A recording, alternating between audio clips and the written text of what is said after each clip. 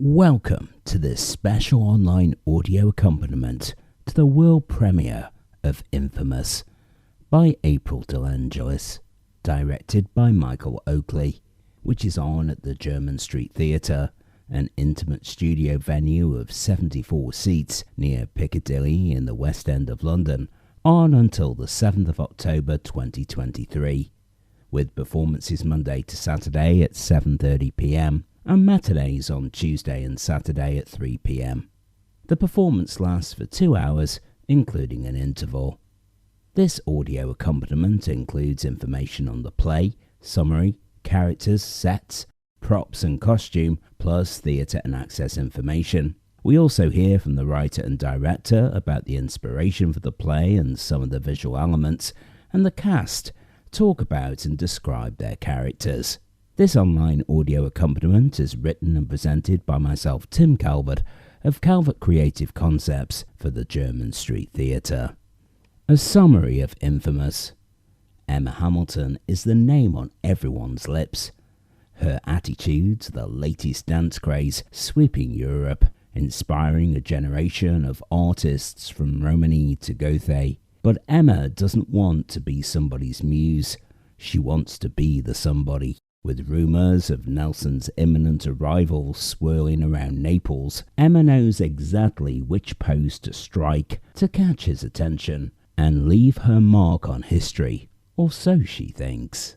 The extraordinary life of Emma Hamilton bursts out of the history books and onto the stage in this witty and vivacious world premiere.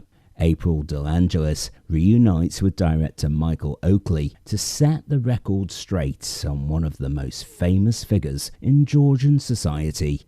Characters. The play consists of 5 characters portrayed by a company of 3. Part 1. Emma Hamilton in 1798 is played by Rose Quentin.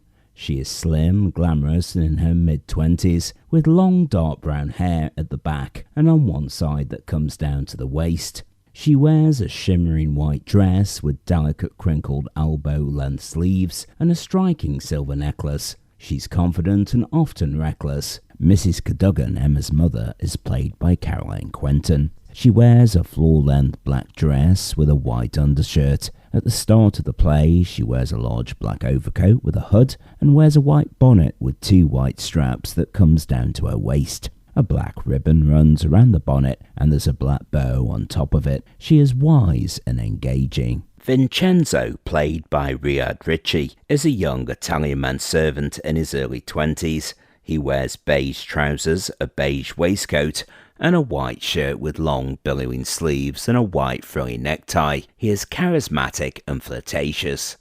Part 2 characters. Emma Hamilton in 1815 is played by Caroline Quentin. She's in her 40s, is somewhat dishevelled and often under the influence of alcohol and hides a green bottle in her sleeve and often drinks from it. She wears a torn beige full-length dress and red-heeled shoes. She has flowing long grey hair tied up with a hair wrap. She enters in a large cream overcoat. Horatia, played by Rose Quentin, is young and slim and in her teenage years. She wears her brown hair tied back in a simple bun. She wears a plain grey floor-length dress and brown clogs. She's often naive and impressionable. Jacques, played by Riyad Ricci, is slim and charismatic in his early 20s. He wears a white shirt, navy tailcoat, beige trousers, and a black tricorn triangle hat. Set. As you take your seat, the stage is open to you. In part 1, the walls of the set are painted a light off-white mint green. There are dapples of brown which look gold under the warm orange lighting. There are a couple of gold ornate panels on each section of the wall. There are 2 decorative rugs on the floor. One is larger and green and the other smaller and red-brown. These cover the entirety of the floor and suggest the residence is grand and stately. There is a gold door frame on the left. This leads to backstage, which is hidden by a black curtain. On the right side of the stage lies a gold gilded desk and chair set, which is very elaborate and suggests wealth. The chair has a white shiny shawl draped over it. The seat cushion is mint green. On the small desk is a feather and ink delicate gold gilded feather and ink set. On the other side of the desk is a brown patterned trinket box. There is a chaise longue across the back wall in the centre of the stage. Its structure is gold and gilded, and the cushion part is mint green in colour. On the left side of the chaise longue is a gold-gilded low-end table. It contains a round platter of fruits, some cheese, and a very large chorizo sausage. Behind the platter sits 2 glass goblets and an ornate glass jug of water. At the end of part 1, the character of Jacques addresses the audience directly and with the help of a stagehand rearranges elements of the set for part 2, before announcing that the toilets are now open, which are accessible through a door on the left on the stage. Part 2.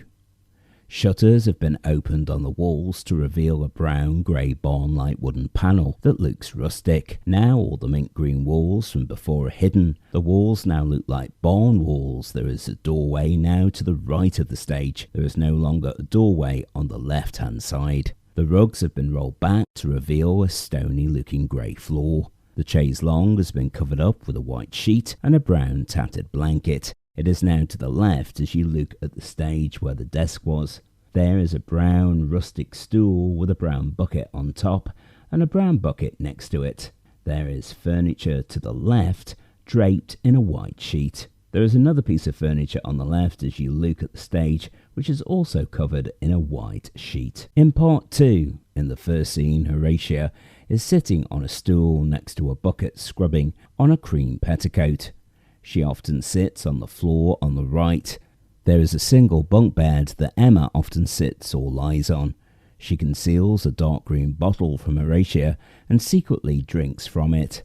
Later on, the 2 women have a tussle and Emma spills wine on the petticoat. Writer and director April de Angelis and director Michael Oakley discuss the inspiration for the play and visual elements. Well, I mean, in a sense, I just sit in the rehearsal rooms and, the script is my baby, so I take care of that. I just think of it from a textual point of view. I'm just always watching, making sure the scenes work, making sure that, actors may have questions for me and so may the director. But actually the director is the person who stages it, who actually puts the page on the stage. So I'm going to pass over to Michael. The challenge of this play really is that it takes place in 2 very different locations. In the first half we are in Naples at the very end of the 18th century, and we're in a palace, so we have to create a palatial feeling space in a very small theatre, but we hopefully make it look plush and very grand.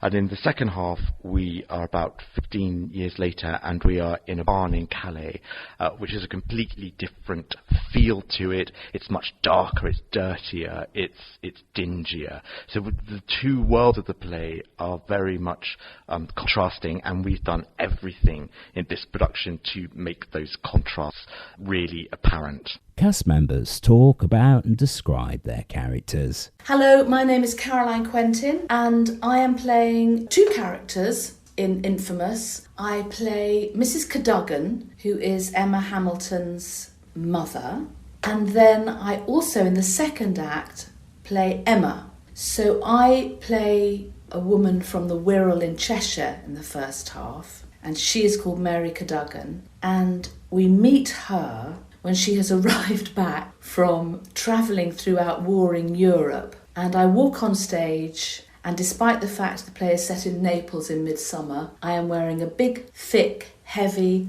woolen dress with a white cap with a traditional black braid on it and a big rosette right in the middle of my forehead, and you can't see any of my hair. And I'm also wearing a great big, thick, heavy black cape with a big black hood, and I'm carrying a small black sort of pouchy type bag. She wears spectacles during one part of the action, little wire-rimmed spectacles when she's doing some sewing. She combs her daughter's hair, so she uses a little wooden comb at one point. Her shoes are black leather and pointy with black ribbons. And I think a good line of dialogue, let me think. It's probably her entrance is a good introduction to her. She comes in saying, I'm back, it's me, fetch me wine.